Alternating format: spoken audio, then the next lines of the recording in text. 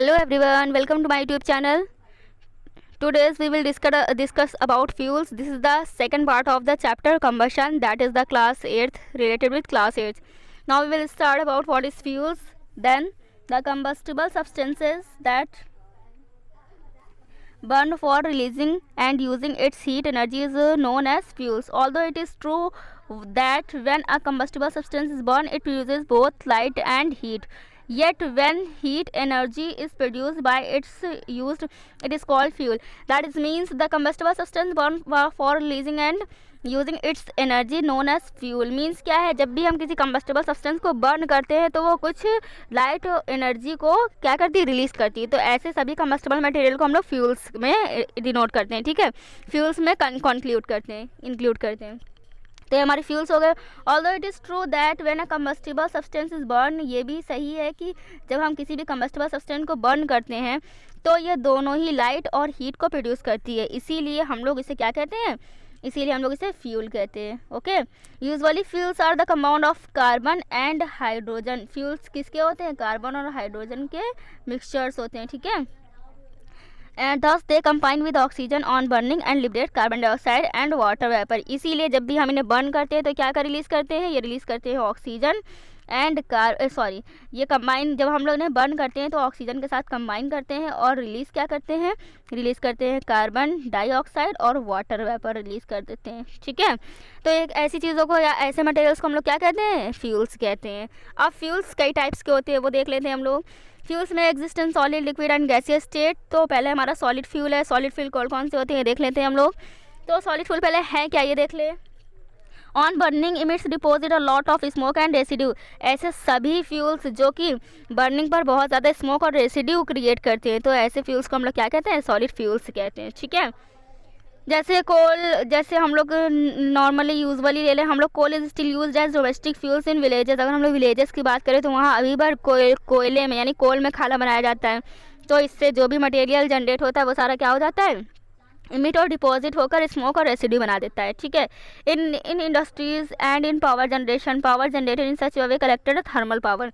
और अगर हम लोग किसी पावर जनरेशन की बात करें, पावर जनरेशन स्टेशन की बात करें, तो वहाँ पर क्या होता है, थर्मल पावर भी निकलता है एज अ रेसिड्यू. ठीक है, तो ये सारे कैसे हो गए, सॉलिड फ्यूल्स हो गए. हम लोग आ जाते हैं लिक्विड फ्यूल्स में. लिक्विड फ्यूल्स क्या है, liquid fuels are mostly obtain from petroleum as by product form as a result of fractional distillation of petroleum. Means क्या है, लिक्विड फ्यूल्स हैं, ये क्या करते हैं, are mostly obtain from petroleum by products form a result of functional distillation of petroleum. Means क्या है, liquid fuel mostly distillation of petroleum से बनते हैं. और जैसे एग्जांपल क्या क्या है, example fuels are kerosene, petrols and diesel. These are the liquid fuels.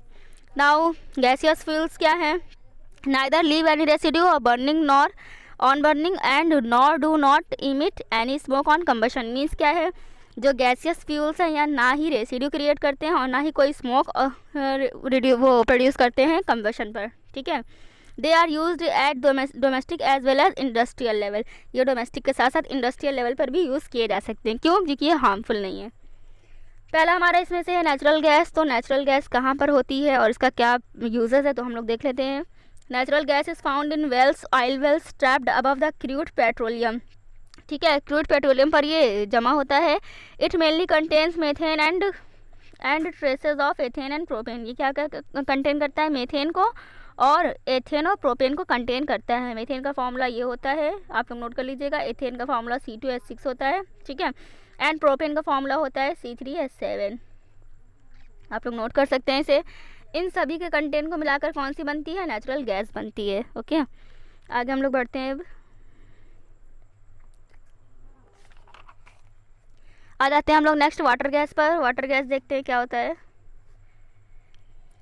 Water gas, water is prepared by passing the steam over red hot carbon.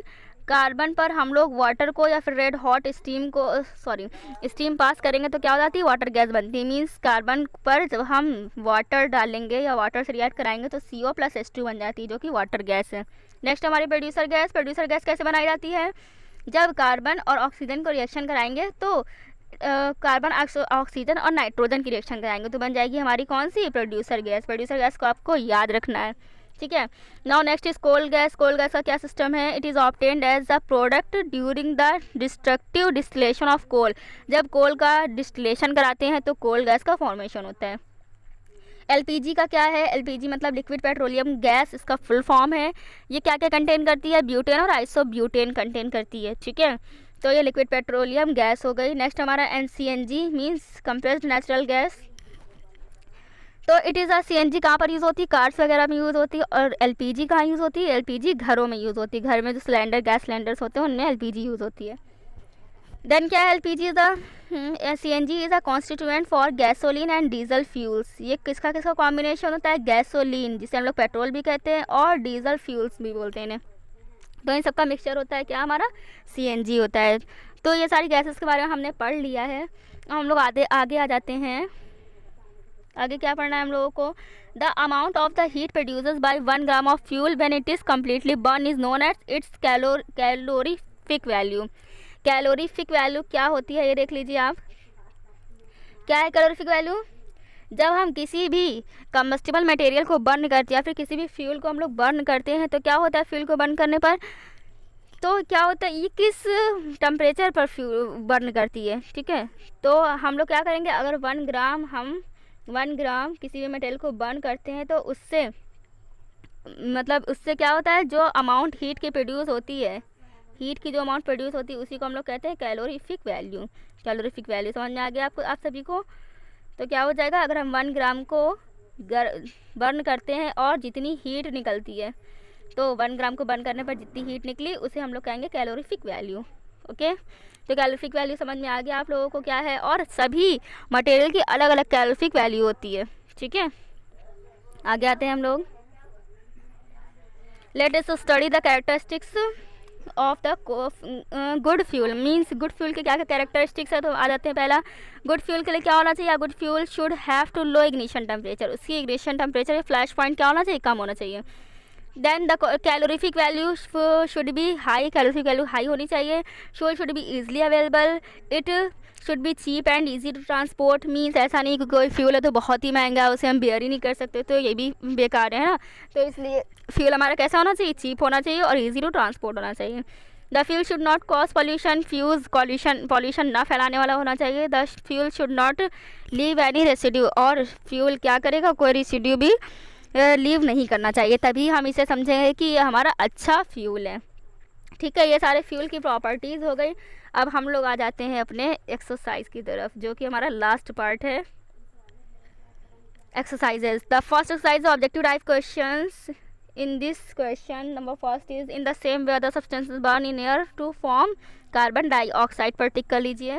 Next है combustible material is all of these are all of combustible materials. Next, fuels may be used at home. Now next is the color of the outermost zone of the flame is blue. The zone of the candle flame which is hottest is called blue zone. Okay, now fill in the blanks. Number first FIB is you light the wick of the candle with a matchstick. You can write here matchstick. Okay, next is try to burn a piece of paper. Here write paper. Okay, now next is the vapor burn in air and this rise a flame. rise लिख लीजिए यहाँ पर। Next है gas is prepared by passing air over at hot carbon. इसका means producer लिख लीजिए, producer. Okay, now next is the candle burns with a flame. Here is flame, flame लिख लीजिए। Now next is the water in the cup absorb the heat level. Heat लिख लीजिए last वाले में, heat. तो यहाँ पर आपका आ जाएगा heat. Okay, now next is true false. Here is true, true, true, true and true. Okay, all statements are true here. Now next exercise is match the following. That is the fourth exercise. Number first is paper is combustible material. Right here one. Fuels may exist in solid, liquid, gas. LPG gas used in kitchen. Producer gas used in industries as fuel. Fourth. Here chapter are completed. You can ask any question related with this chapter and this topic, and please like, share and subscribe my channel. Thank you.